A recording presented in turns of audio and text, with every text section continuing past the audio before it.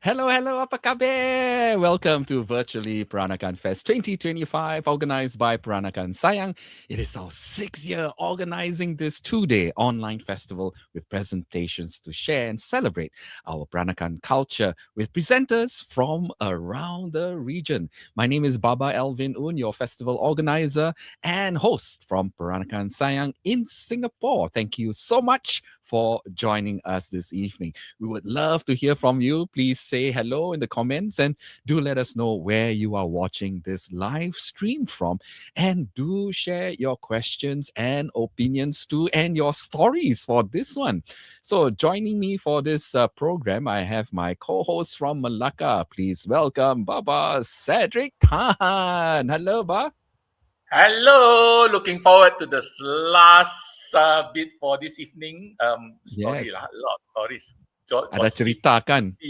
yeah. So this segment is called Chrita Kita. So we are going to tell some of our stories, our funny stories from the past, of our families, or things that you may have heard lah, a long time ago lah. So we hope we got some funny stories to share. So we got our Kaki all join us this evening as well. We have Noreen Chan. Hello Noreen. Hello. Mana dia Noreen? Tak tahu tiba mana? Mana? Tak tahu. Yeah, Tak yeah. tahu ya. See, she Blackout, black out. You keluar masuk lagi. Okay. All right. And then we have Peter. Hi everyone. Dia balik lagi. Okay. Pakai baju lagi tau. Yeah. Sejuk, aircon sejuk. So I wear thicker one. Aircon mesti sejuk lah. Kalau tak sejuk bukan aircon. Sejuk sangat.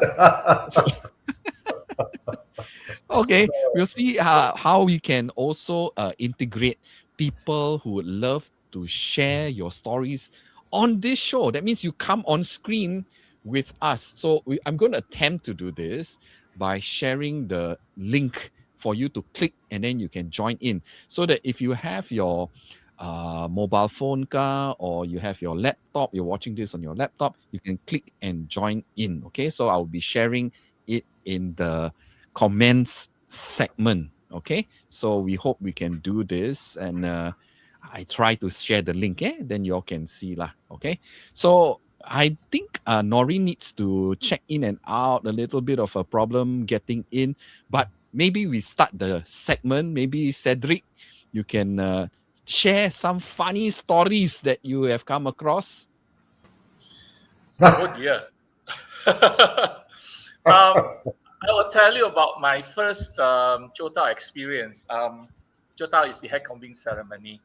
And at that point, I was like, in my primary school days, it was something that it was not held in my house, but rather at a friend, my brother's friend's house. So it was like, since it was an opportunity to attend something that I've not seen before, so we were so eager to go. Now, we attended. We went quietly from the side door and then watched the whole proceeding from the what we call it, the pin-to-pin or the collapsible door, separating the inner hall and the front hall. So as we were watching, we saw this young bride.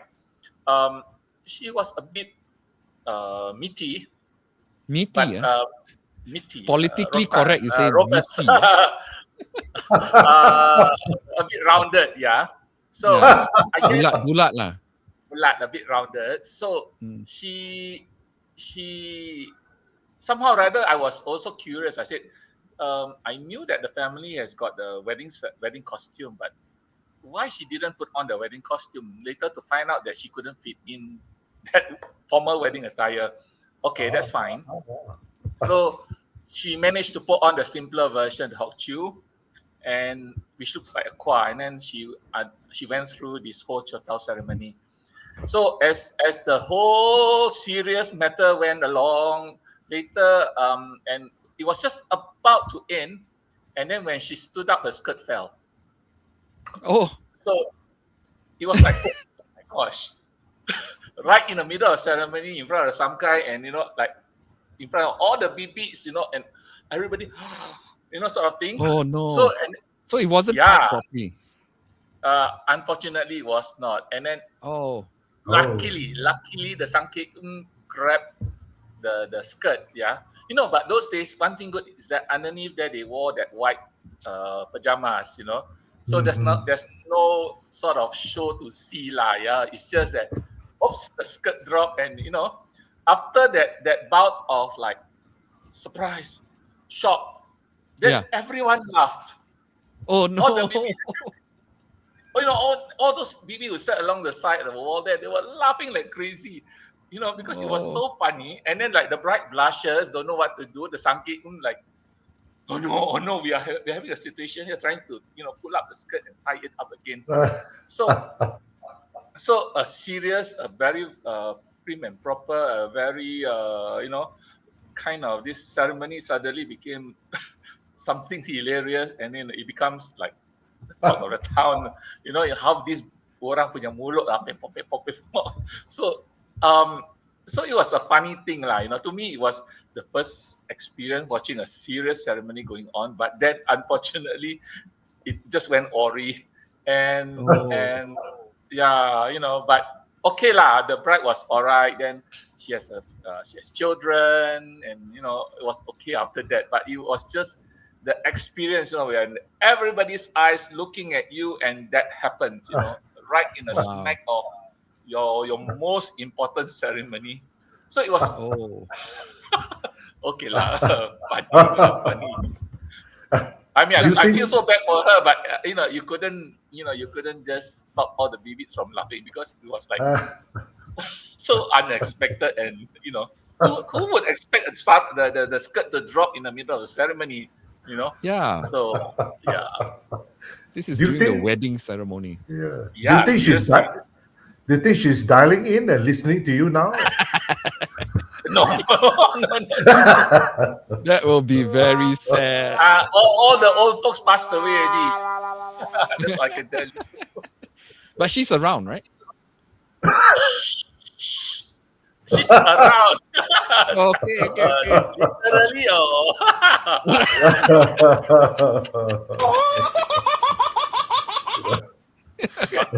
naughty. I mean, that must have been so embarrassing. Yeah. But if depends on her lah. If she's takes it in good heart, she'll laugh it off. I mean, it was no mistake of hers. It's probably the Sangkik's mistake of not ensuring that it was tied up properly, but secured. And the most unfortunate thing, as she rises from the kantang, the whole episode happened. Oh no. Okay.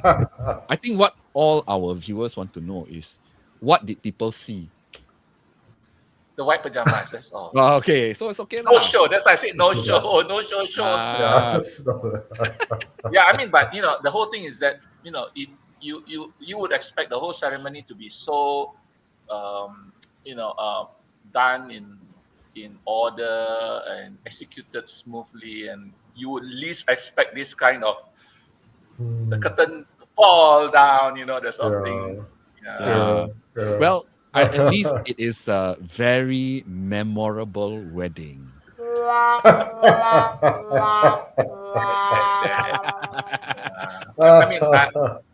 Anyway, after that, everything turns well. Okay, it's a very funny story. Anybody got funny story, please dial in and click on the link in the comment section. You can join us. Peter, ada cerita tak? Yeah, I don't have hilarious stories, but I have a couple of strange stories which I heard. Oh, that's good. Recently. Okay, please. The first story is to do with I think a lot of Singaporeans or even Malaccan, anyone is familiar with the Blue Mansion, right? In Penang, Chong Fat Si Mansion. Yes. Yeah, very beautiful mansion and UNESCO, that. So this is a real story. And last year I was, I write articles for the Michelin Guide in Penang and also in KL. So the Penang Is that why you're wearing white today? No, I'm not trying to look like a Michelin man.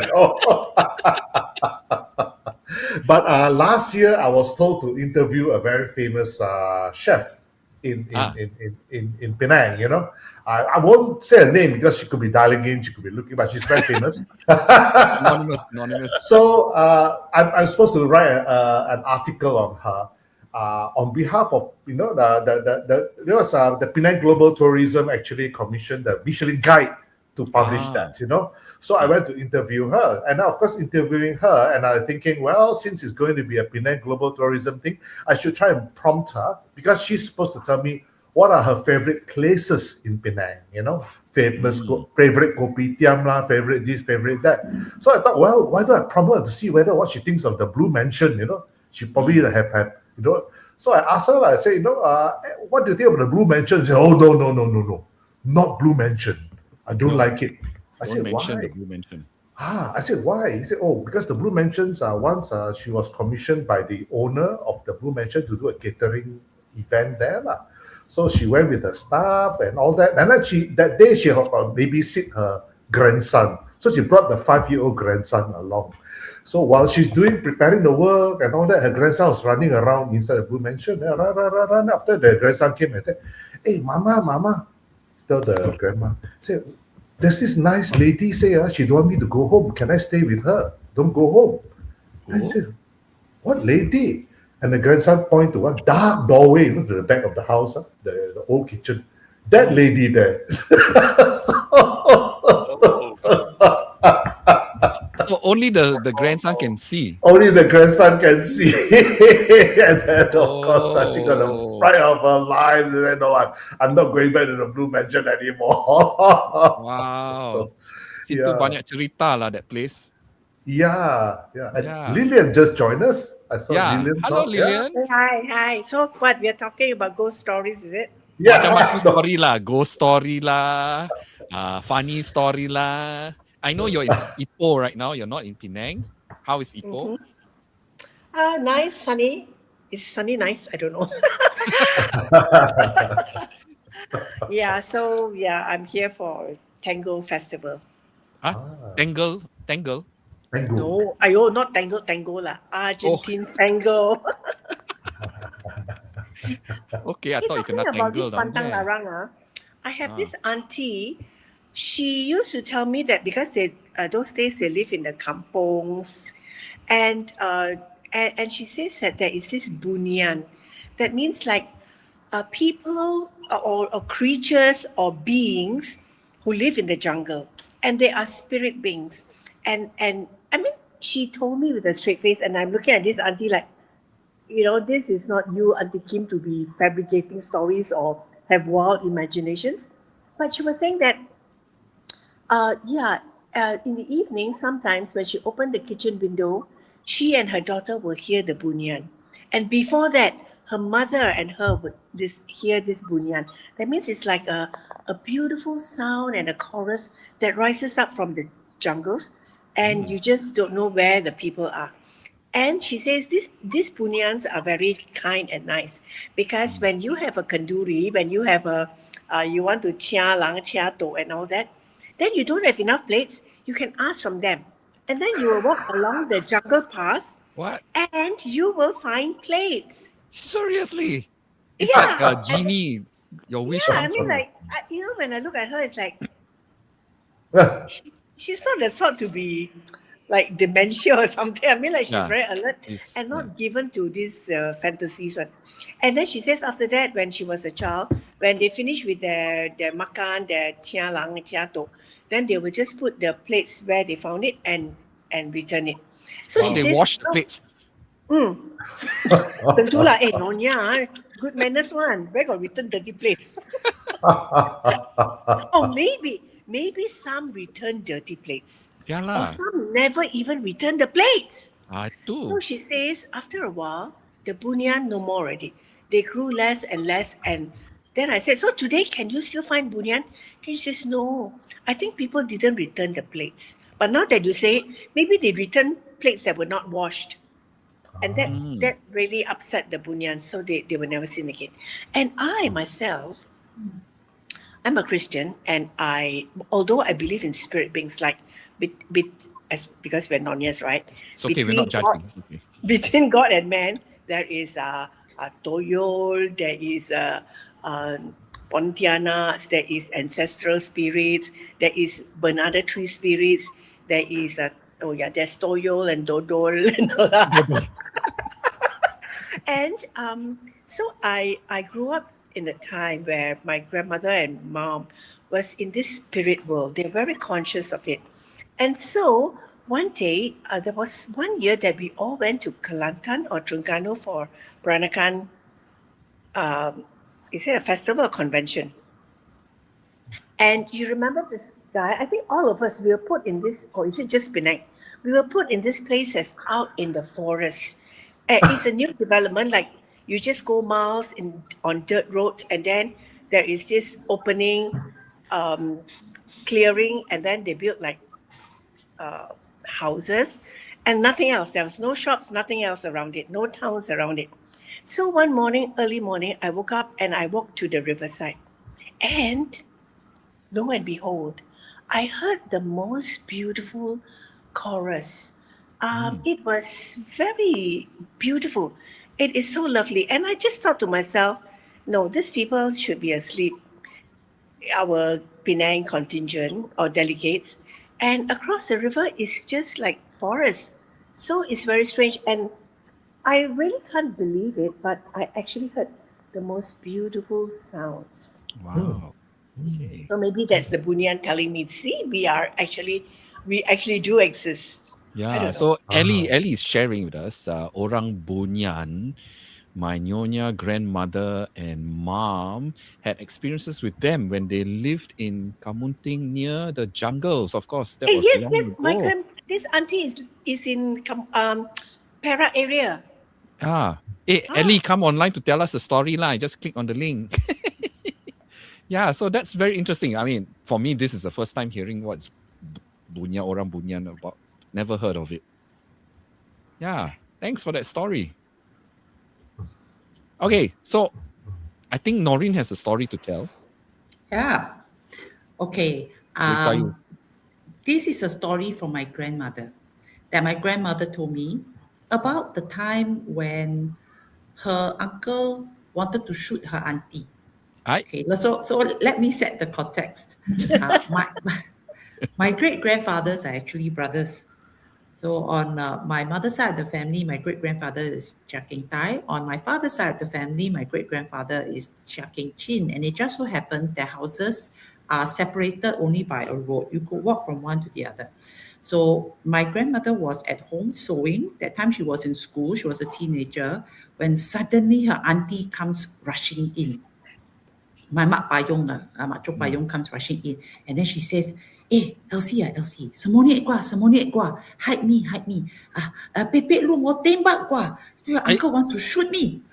And then, so my granny didn't know much what was going on, but she agreed to go and help her and hide her. So they went upstairs.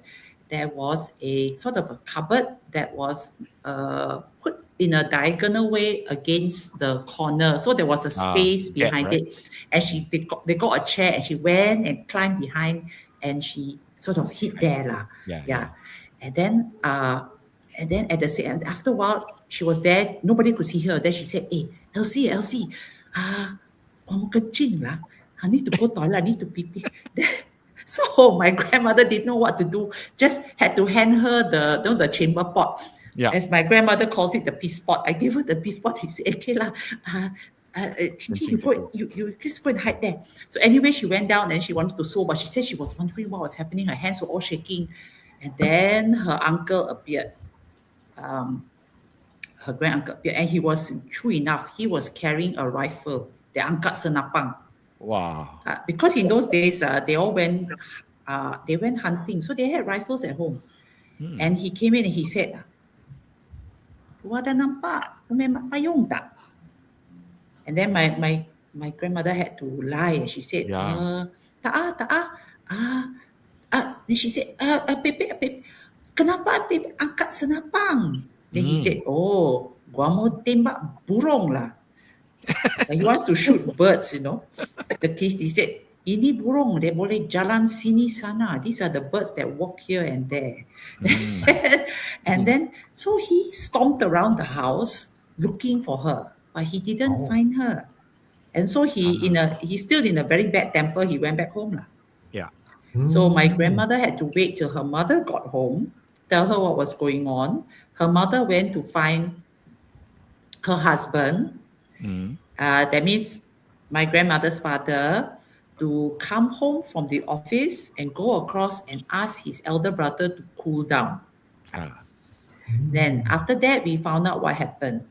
Because he had discovered that all the stacks of the Chrita Gade, all the pawn shop receipts. Because you see, my macho payo was PAWN, pawn, pawn, PAWN. She was a gambling addict. She gambled a lot. And she pawned all her jewelry. Oh, no. So there was stacks of the pawn shop tickets that were there. And of course, what happened? My great-grandfather night hot lah. Yeah. He wanted to shoot her. Wow. That would have made headlines the next day. It probably would have lah, but eventually he cooled down. If you ask me, what did they do with all that? Did they manage to redeem everything? That one I don't know. But I'm assuming they must have made some kind of arrangement. But she was quite a bad gambling addict. She was notorious for that. Yeah. So earlier on, we were talking about gambling and this topic of tontine that we were discussing about. If anybody knows out there, how does tontine work? Please share with us, because we're not quite sure exactly how, but we know that there used to be quite activity in the past. Yeah, so anybody knows, please share. Okay, Matt, you're up next. Okay, hi. Okay, this is something very, very interesting. It's more like a pantang, no? My grandmother, she gambles also. She might checky also. So dia ada naik rambut semua, prepare, dress nicely. Then dress up very, very nicely with her baju panjang and everything. When she opened her cupboard, something dropped down on her. Straight away, she refused to go to play her checky session because she says sway already. Sway already. And coincidentally, that session was also her sister-in-law also went. Her sister-in-law, Ong Yen went also for this session. And this session was the session where, you actually, they got raided. They got raided. So Ong Yen experience of going up the black area. So, and was put into jail. That created such a big ruckus in the house. Because the patriarch of the house, pergilah, go and gamble lah, sampai masuk jail. So I think in those days, I think a lot of the ladies, they pantang. Even to these days, some people who pantang, it's like you want to go out, mau keluar rumah, something happened, they just will not go, especially if you are elderly. I know, even my mother was like that. Yeah. So it was like a sign, that sign you that shouldn't be. What will happen? I do not know whether apply to anybody of you, or have you heard something like this in your home?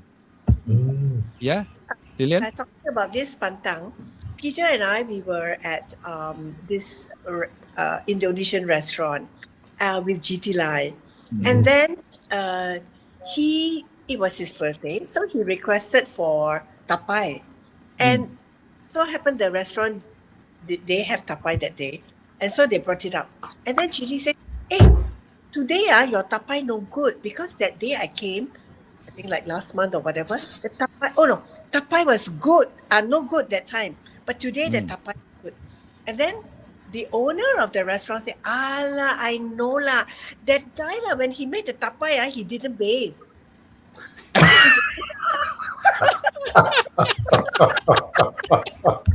That's so At least- funny. At least it's really good. Yeah, like last time, my grandmother too, when she makes tapai, and then we say, oh, Ama, when is the tapai going to be ready? We kena sepak. Like, this is an innocent question. You know, when is the Yeah. tapai going to be ready? Cannot ask. Or like, oh, I like the smell, or whatever. You know, how many times you want to peep at it, Grandma? Oh, this one cannot ask, will kena sepak. Because Wow. I think the making of tapai is very like a spiritual exercise, like the tea ceremony, the Japanese tea ceremony, very serious thing. Fantastic. I think So- in our family, when we make tapai, last time my grandma's time or even grand auntie's time, they're not supposed. They will hide it somewhere. The jar, maybe under the staircase. They're not supposed to mention it, and they're not supposed to tell anyone where it is. So we are not supposed to know anyway. So apparently, if you ask or you find out, then it won't work. You know. Yeah. The tapai will go back. Yeah. Yeah, So then Yeah. like So the cannot have question your is, period lah, cannot be. Yeah. Yeah, you cannot Yeah. be dirty. They say the Yeah. tapai turn red. Yeah. so the question is, does the tapai taste better after washing or do not wash up? Because must be clean. Because you're doing this, I suppose, in inverted commas, spiritual thing. So Yeah. you must be clean, you must be pure, you must not be having your period, you must not say bad things, you must not say anything. Yeah. Cannot be Oh, you must not pregnant. be angry. You must not be Yeah. angry or upset. Yeah. So Noreen, you were saying? Yeah, no, you cannot, like pregnant women also not supposed to be making tapai. It's funny, you know, there are all these, but tapai is not the only one. The other very important one is kueh bako. Kueh bako. Yes. Kueh What about it? bako, nian gao or ning Yeah. gao. That one, there are many pantang, and similar to this, you cannot be having your period, and you cannot be angry, you cannot be swearing. No, you must be in a good and peaceful mood, because they also believe if that year your kueh bako tak jadi, something bad will happen in the family. Wow. Yep. So these are back to pantang larang and superstitions that we were talking about at 1 p.m. Peter? Yep. That's Do you know right. any, That's do you right. any other food related pantang? And on hand though, yeah. Oh, that day, remember Baba met, he was demonstrating some cooking, and then before he took away the spoon, he just knocked the spoon on the side of the pot. And I remember, a lot of the old ladies will say you cannot do that. Oh, is it? Yeah. Yes, Matt, betul. you tahu tak? You tak boleh ketuk-ketuk.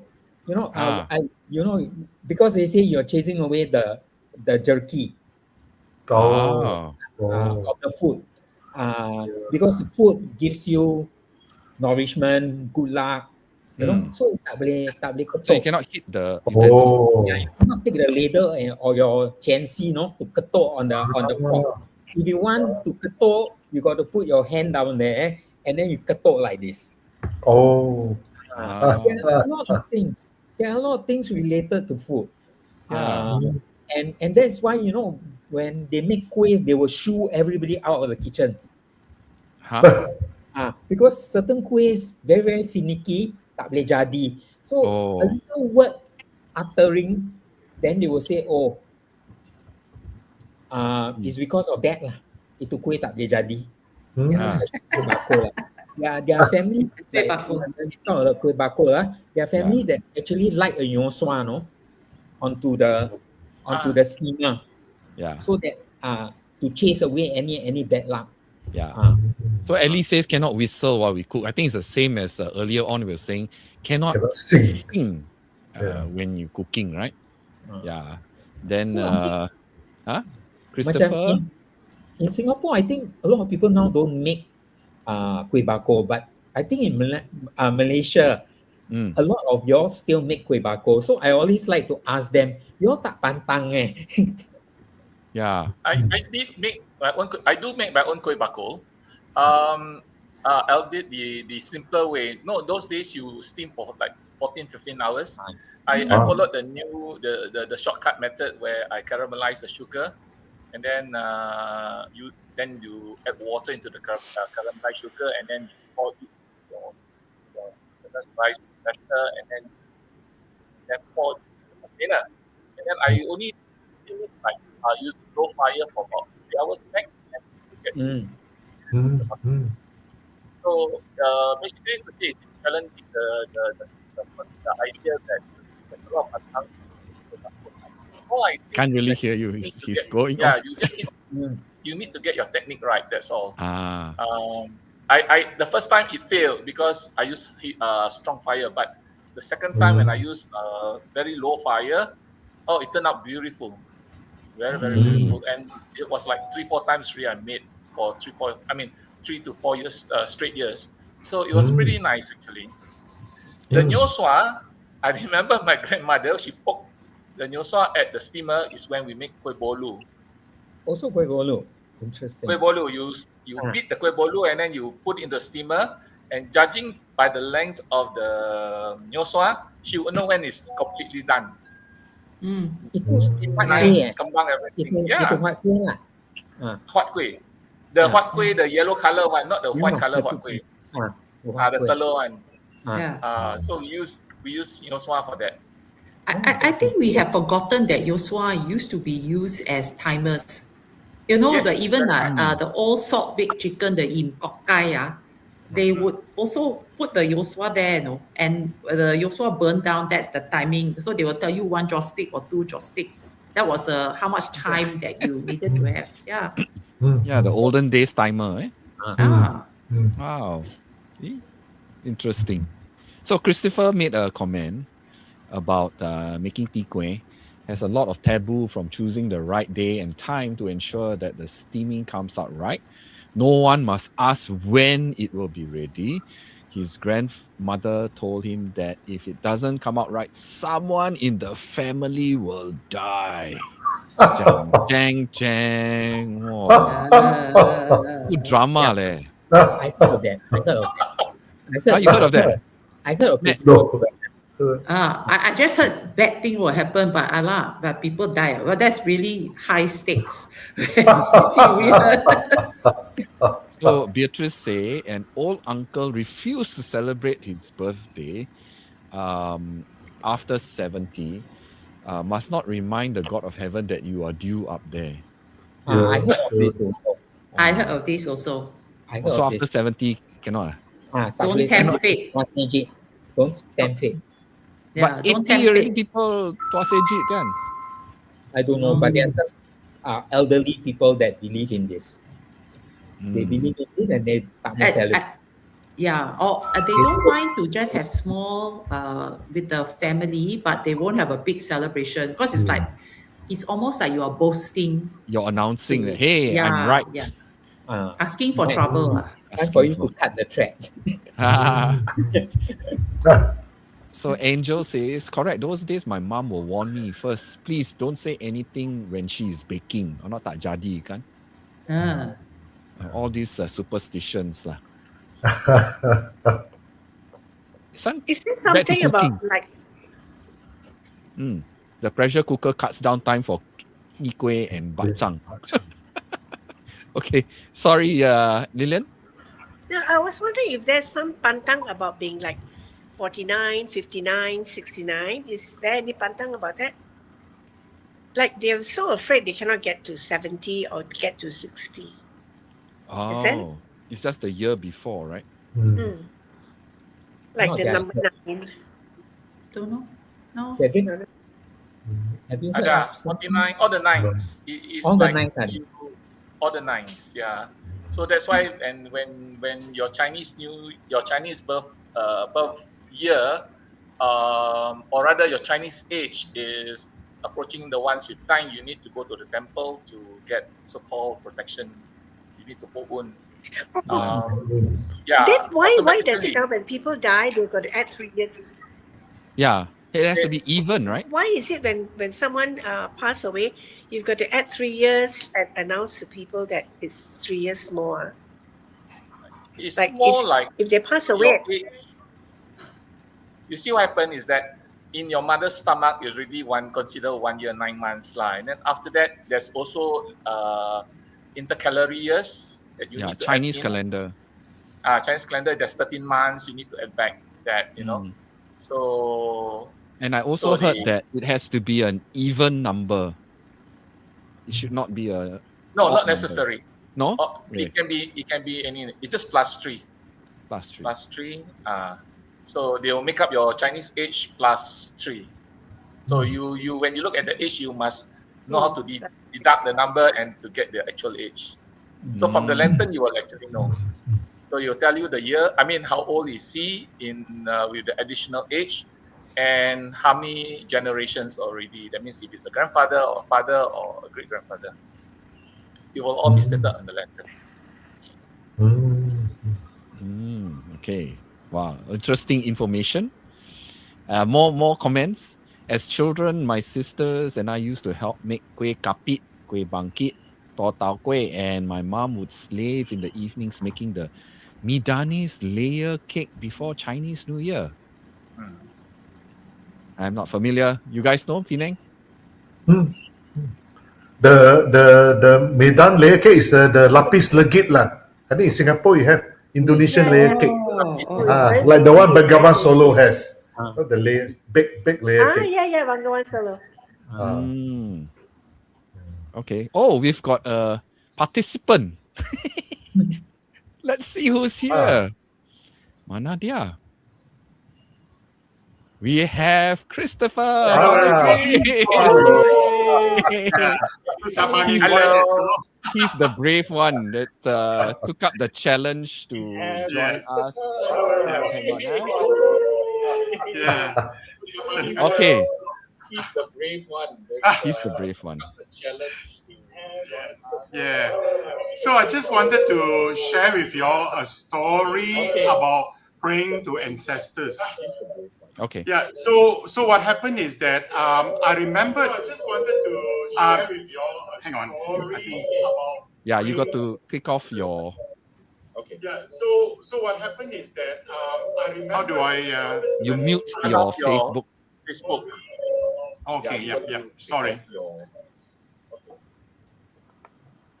Yeah. So what happened is that I remember because I spent a lot of time with my grandmother in the kitchen, and also in the afternoons after school and all that at home, she would tell me stories about life back in the old house. And one of the things that the family would do and observe is ancestral prayers. So one day, one of the festivals, I think before Chinese New Year that year, in the 50s or 60s, while the family was praying, and she did her part in praying to ancestors already, so she had got some clothes to wash. So she came down to wash at the laundry area. And then when she turned around, to her big shock and surprise, she actually saw, the Chinese opera shoes stepping onto her clothes and going into upstairs to where the family ancestral altar is. Oh. Yeah. So the other story that I want to share with you is ever since 2016, I have not come back for Chinese New Year. Simply because this is the time when school returns, and it's a very busy time in February, January. So when I first observed praying to ancestors in Australia, I would invite the night before. So I'll go on my knees, and towards the evening around this time, I will light 3 joysticks and announce to the door guardians to allow my ancestors to come back to my house so that I could do the obeisance. Then what happened was that I like to document these ancestral prayers, and for the purpose of education and for cultural promotion in Facebook, I actually asked Marilyn, my friend, to take photographs on that morning itself, the eve of Chinese New Year. I don't know whether you believe it or not. I actually cannot get them to come. Oh. Even though I officially announced to them, I bought boy many times, they won't come. Mm. So it dawned unto me that there's someone out of the family standing there and making a documentation of this. So I actually asked Marilyn to step inside the house. And the minute she walked inside, they came. Mm. I used 250 cents. In Australia, the 250 cents are a very big amount. I can see clearly that it makes there's a head and tail. Immediately they came, Wow. and I invite them to go into the house to have morning tea with me. Right. Yeah. Yes. So whether whether you believe it or not, that's what actually happened to me, and that's what actually happened to my grandmother as well. Yeah, I'm still observing it. I'm now in Wentworth. This year has been my first Chinese New Year. Again, probably it's a different place. Again, it took a while before they came. Where's Wentworth? Wentworth is southwest of the state of New South Wales, very near, about 25 minutes away from the city of Mildura. Mm. So there are plenty of Malaysians here, and plenty of Malaysian food and people as well. Wow. They're very Fantastic. cosmopolitan. Yeah. Good story. Thank you for joining and sharing your story. At this point in time, I would like to check. Where is it thunderstorm now? Thunderstorm? Not here. Yeah lah, outside lah. Mana? I heard thunderstorm. Kaboom, kaboom. In It's Singapore. raining at my place. Very heavy. Yes. Oh, In Singapore lah, raining. Yeah. Singapore. You haven't rained at my place. We had rain this morning very heavy rain in Wentworth. Yeah. Horrible lah, the weather. It's gone into summer now. It's very rare to have rain. Do you all remember this thing where coming to Chinese New Year, near Chinese New Year, they always say angin tuan baru, angin tuan baru. Yes, I believe so. I believe so. My grandmother used to call it Pak Hong. Pak Hong, yes. Angin utara. And she used to tell me this is the time when they prepare the wax duck in China. Yeah. So that's Right, that's true. yeah, because you got very big. Wow. So I don't know whether you can hear the Yeah. No, because Father Chris telling this story, suddenly got thunderstorm. Lightning boom. Alamak, macam cerita ni. It's because his boss is saying, yeah, that's correct. Yeah lah. He tells the story. Cedric, what are you saying just now? No, I wanted to say, the north wind which carries the cold wind towards this part of the world, especially Southeast Asia, officially started when the monsoon, northeast monsoon blows. That's November 15th. But the coolness of the air, the wind, is slowly increasing right now. So I think by the time we celebrate Tangchek or the winter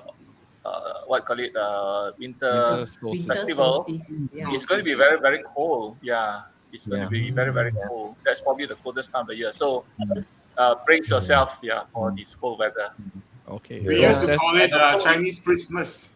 Yes, and tells us that Christmas and Chinese New Year is looming. Get ready. So, Father Chris, there's a statement here. Can you verify whether this is true? He's Chung Keng Kui's great grandson. True Blue Baba, betul kah? Chung Keng Kui, Jeffrey Xiao. Yeah. Well, does he He say you are Chung He Keng. could ask the question, what is a Baba? No. Whether you are the great grandson of. No, I'm not. My great Okay, grandfather, Ku Tiantek, was the political and business compatriot of Chung Keng Kui. Ah, okay. So there we clear up the Yes, misinformation. Lillian, you were saying something. So what? I missed it. So is he a Baba? No, this is a comment or a question. Is Chung Taiping a Baba? I think who's I Chung missed it. Taiping? No. The I think the person who posted the statement was saying that Father Christopher Lim is the great grandson of Chung Keng Kui, and Father Christopher said he's not. Not. But I think Lillian, because Chung Keng Kui owns the Penang Peranakan Mansion, the building last time, or he's the one who built it. So Lillian is saying that is he a Baba? Because I think we always thought he's a Hakka tin miner, not Peranakan. Oh, okay. Yeah. Although saying that, Chung Keng Kui's wife, the big Sai, Fu Ting Yong, nephew, Fu Chu Chun, is a great grandfather of my cousin. Yeah. Okay. But Fu Chu Chun is Hakka, right? Yes. It's Hakka, right? Yeah. Fu Chu Chun is Hakka. Yeah. So it's within the same circles. I kind of I missed it just now because there was this disturbance. So are they Babas? No. Chung Keng Kui's children? No. They're Hakka. I think my personal because I work at the mansion, so I think for years I've been asked that question because Chung Taiping, the fourth son, appears such a debonair gentleman. He wears suits and he owns stables. He does horse racing. He has open top cars. He lived like a Baba, but then I realized he is straight Chinese. He's not Baba. So he is straight Chinese, as in he's Anglophile, but he is not Baba. Okay. Formation. Because there's a difference between straight Chinese and Baba. Yeah. Okay. I think like in Singapore, one of my friend, his grandfather is SQ Wong. SQ Wong is Cantonese, but he was also one time president of the Peranakan Association of Singapore. But very Anglophile, educated in the UK, and then he's a son of Wong Ah Fuk. Wong Ah Fuk, in Johor Bahru, you got Jalan Wong Ah Fuk, who is a well-known Cantonese tin miner and all that. Very close to the Johor royal family. So his son, SQ, I mean, they are not Peranakan, but they became accepted, I think, by virtue of their wealth or their position.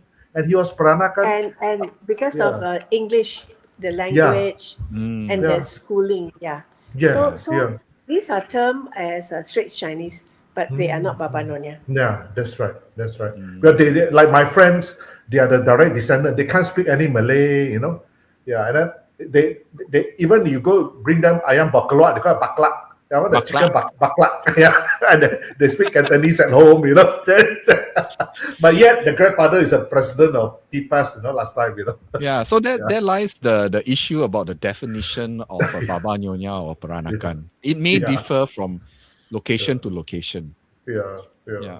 That's right. Oh, okay, great. So it's been a very enlightening, in the end, become an enlightening session, discovery. We cakap and then we clear up stories and all that. So it's fantastic. So I think we've taken up a lot of time. If anybody's got anything last story to say before we close up? Okay, maybe because Tan Chee is coming, let's talk a little bit about Kui Yi. There's always this there's always this and some people are saying that you are like 50-year-old, you must eat 50. I think that has gone haywire. Which is not true. But somehow it has, taken up proportions where you hear this version. But what I know is that the old ladies will say, no more langka tawon. You want to pass peacefully and see the next year, you must eat your kueh. Which we Nothing had to yesterday. do about having to eat 60, because you're age 60, you must eat 60 box. Tentu mati to death. How? I think this was in my family, when my sisters and I were kids, my grandmother always ensure that we make so yi, and our practice is the pink version as well as the white version, and we should always mix with the pandan syrup, and the next day, because my Ku ancestors were founders of the Ku Kongsi, so we always go back to the one in Victoria Street. And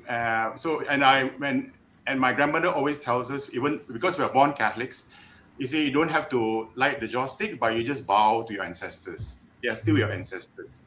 And then I still remember, I miss that very, very much. I miss going to the Kongsi, and I still remember at the back there's this Topek Kong statue, and they tell me that statue was brought from China, from Sinkang village in Haiting district. Yeah. Excellent. Okay, there's a challenge. There's a question. I don't know whether anybody wants to attempt to do this, but the question is, what is the difference between Baba and Straits Chinese? Since it was mentioned by Lillian earlier on, anybody dare take this opportunity to explain?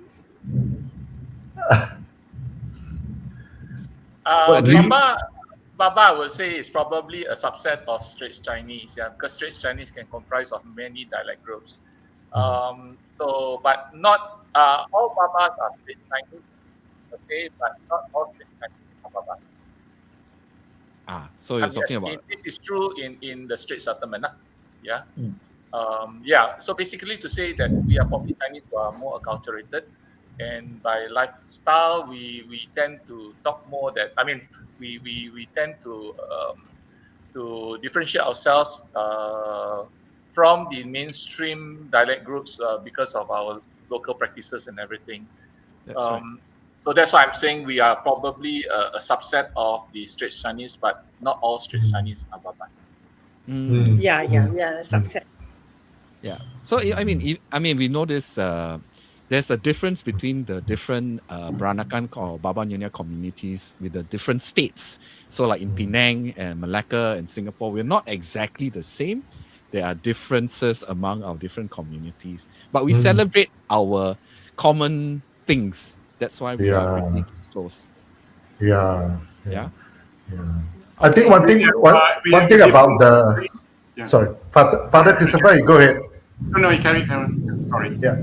No, I was going to say that Penang, Baba Nyonya, we started off with the Malaccans who came. Because when British built Penang, they did tell the Malaccan people, please come. The same as when they told the Malaccan Babas about Singapore. So at one point, the Malaccans were coming to Penang. So they actually set up the roots of the Baba Nyonya culture. And then later, there are others who came, like my family, we came from Asahan, which is a Medan there, And then so when we came, the commonality is that we come from the same district, the Haiting district, Haiyang, all that. And even Chung Keng Kui, who's Hakka, he also come from Haiting. He's a Hakka, but from Haiting, So from there, we have a lot of influence from the northern Sumatra. And then later, of course, the other clan, like the Kol and all that, they have Thai, southern Thai influences. But I know the Ku clan and the Lim clan are from Malacca. The Lim were pepper traders from Malacca, and I think the Ku also, because when the Ku came to Penang, none of them could speak Chinese. So they have to use interpreter to talk to the artisans to build the Ku clan house that time. Yeah, I read somewhere, I can't find the book now, but I read it